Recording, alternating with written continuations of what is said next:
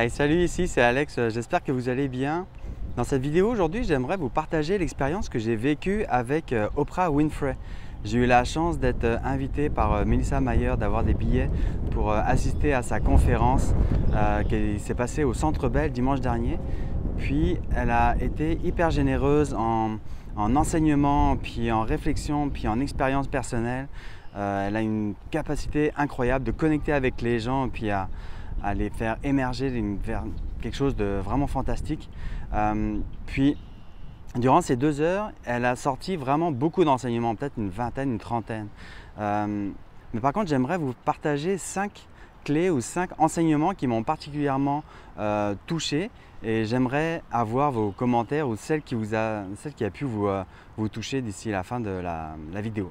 Voilà, donc la première, nous avons tous notre voix intérieure. Nous avons tous une intuition qui est vraiment forte, qui nous accompagne depuis qu'on est tout petit, depuis qu'on est né. Puis ce qui est important, ça bug un peu, ce qui est important là, c'est de lui faire confiance, puis d'avoir toujours la croyance ou le feeling qu'elle est toujours présente, que l'on soit dans n'importe quelle situation que l'on vit, elle est toujours là avec nous. Puis elle a toujours été présente depuis le début, juste à lui faire confiance parce qu'elle sait ce qu'il y a de mieux en nous. Le deuxième enseignement, c'est l'importance de créer des intentions. Je vous en ai parlé déjà plusieurs fois, puis j'en parle vraiment souvent à chaque fois que j'ai des clients ou des personnes que je rencontre. Puis même personnellement, là, tous les matins, j'ai une intention pour ma journée, pour chaque rencontre. Ça, c'est hyper important d'avoir une intention. C'est quoi l'objectif de la rencontre? C'est quoi l'objectif de la journée? Comment est-ce que je vais me sentir à la fin de cette journée-là? Créer des intentions, c'est hyper puissant.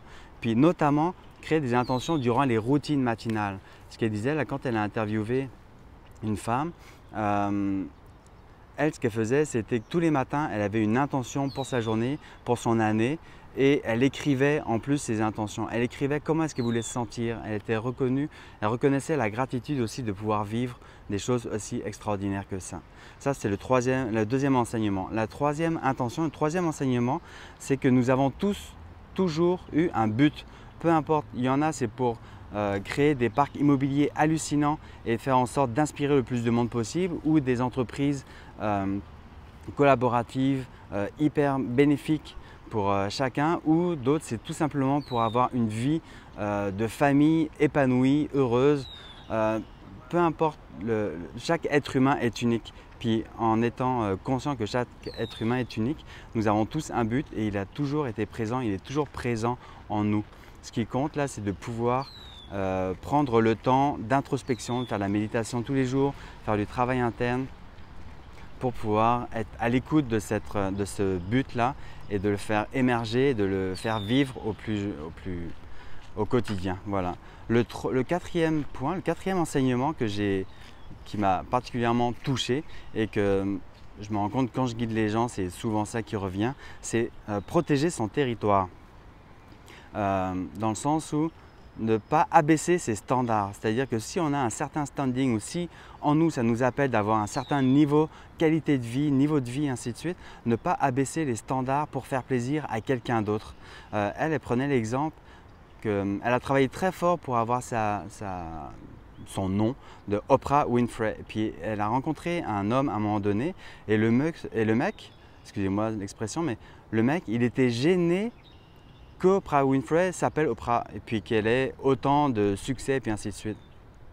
Finalement, elle ne pouvait pas réduire puis ne moins agir en fonction de ce qu'elle vivait ou de ce qu'elle était pour lui faire plaisir. Donc ça a comme sauté, la relation s'est terminée parce qu'elle ne pouvait pas réduire ou changer qui elle était vraiment pour pouvoir être épanouie finalement puis pour faire plaisir à quelqu'un d'autre. Donc ça, c'est le quatrième point. Le cinquième enseignement qu'elle nous a transmis puis qui m'a particulièrement touché, c'est de pardonner aux personnes et au passé, aux situations du passé. Nous vivons tout le temps dans le moment présent, dans l'instant présent, tout le temps. Puis ce qui émerge en nous, des situations, des pleurs, des peines, des colères, peu importe, ce sont des blessures qui résonnent en nous, qui viennent du passé. De 0 à 6 ans, 7 ans, à chaque fraction de seconde, on vit des expériences. Puis ces expériences-là sont ancrées à différentes situations, différents points de notre corps. Et quand on pulvérise quand on ressent des choses qui nous bloquent, qui nous dérangent, puis qu'on va pulvériser à la source, ça c'est vraiment essentiel. C'est comme une mauvaise herbe finalement que l'on retire définitivement. Comme ça, après la mauvaise herbe de la colère qui nous suivait depuis des années, qui était finalement de la peur ou de la peine, et ainsi de suite, finalement, quand c'est parti définitivement de la source, de l'origine, de l'élément déclencheur, que l'on s'en souvienne ou que l'on ne s'en souvienne pas inconsciemment, peu importe. Je guide souvent les gens, puis les gens ils ne se souviennent même pas d'une situation qu'ils ont vécue à 1 an ou 2 ans.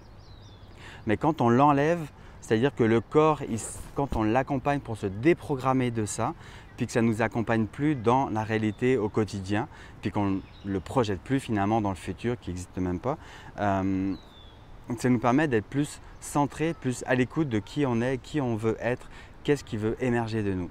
Voilà. Et puis, tout simplement, un petit bonus de ces 5 enseignements qui va être 6 finalement, c'est que tout arrive pour une raison.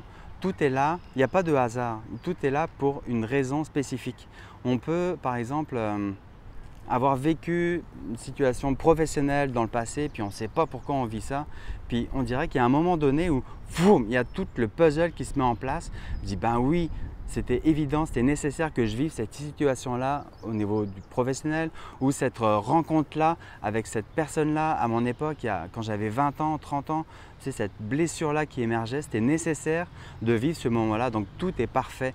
Finalement, quand on vit des situations difficiles, on a tout simplement à remercier pour se dire « Hey, je ne sais pas encore ce qui se passe et puis je ne sais pas encore pourquoi est-ce que je vis ça, mais je sais que c'est pour mon bien et puis que je vais être une meilleure personne encore, donc je vais pouvoir régler ça. » Voilà, j'espère que ces 5 enseignements plus ce petit bonus vous a convenu, vous a plu. J'aimerais que vous me fassiez part de vos commentaires dans les témoignages ci-dessous, dans votre commentaire. Lequel des témoignages a le plus résonné en vous? Qu'est-ce qui a été le plus important? Ou qu'est-ce qui vous plaît? Ou même si vous n'y croyez pas, peu importe. Je voudrais avoir un commentaire de votre part ou aimer cette vidéo. Voilà, je vous souhaite de vivre une riche journée et puis d'être aligné avec vous-même. À bientôt. Bye. C'était Alexandre. Bye.